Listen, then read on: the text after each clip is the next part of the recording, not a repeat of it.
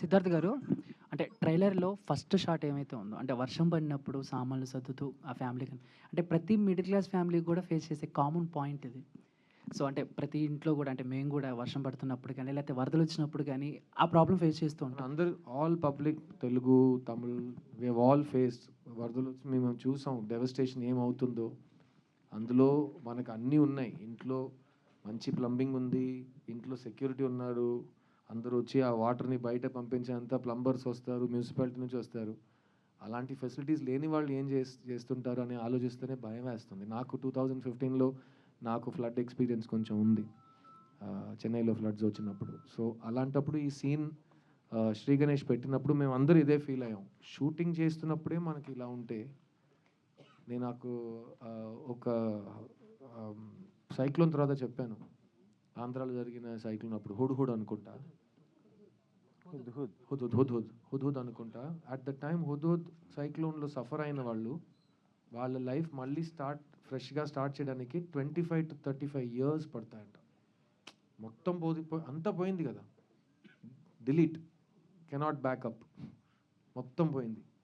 So అది మేము shoot చేస్తున్నప్పుడు we have all experience. Whoever has lived in Chennai, whoever has lived in any of the coastal towns in Andhra and has experienced it. So it really taught us that you don't know what tomorrow will bring. So ఆ రోజు ఉన్న హ్యాపీనెస్ని మనం తీసుకోవాలని ఒక positive message ఆ scene shoot చేస్తున్నప్పుడు మాకు అనిపించింది. భయ్య సిద్ధు భయ్య, మీ కెరీర్లో మీరు పెద్ద పెద్ద స్టార్ డైరెక్టర్లతో చేశారు, పాన్ ఇండియా సినిమాలు కూడా చేశారు, మళ్ళీ చిన్న చిన్న సినిమాలు, మిడిల్ క్లాస్ ఫిల్మ్స్ చేస్తుంటారు.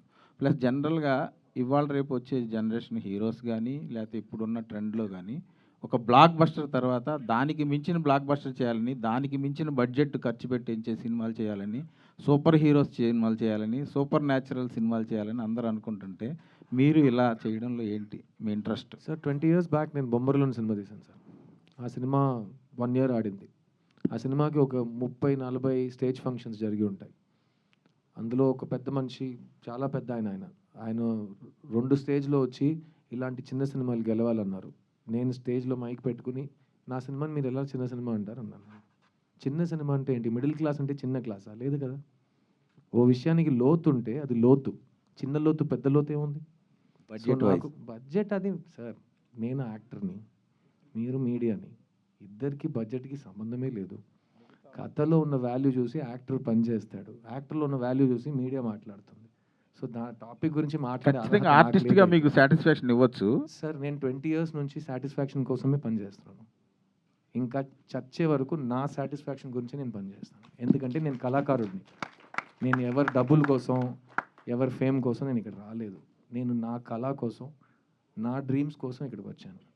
జపనీస్ ఫిలాసఫీ, నేను ఎందుకు ఈ ప్రపంచంలో ఈ పనిలో ఉన్నానంటే, ఫస్ట్ నాకు ఈ పని బాగా వచ్చు. సెకండ్, ఈ పని చేస్తుంటే నేను హ్యాపీగా ఫీల్ అవుతాను. థర్డ్, ఈ పని చేస్తున్నప్పుడు నాకు బాగా డబ్బులు ఇస్తారు. ఈ 3కి ఎస్ ఆన్సర్ ఉంటే ఎవడు వచ్చి నన్ను చిన్నది, ఇది, అది అడిగితే నేను ఇంకా ఏమీ సమాధానం చెప్పలేను కూడా. ఎందుకంటే మీరు కన్విన్స్ అవ్వరు కాబట్టి. చైత్ర, నెక్స్ట్ టైం ఎవరైనా ఒక సినిమాని చిన్న సినిమా అంటే ఇలాంటి సమాధానం చెప్పే నాకు ఇదే ఆపర్చునిటీ ఉంది, ఇంకేం లేదు. శ్రీ గణేష్.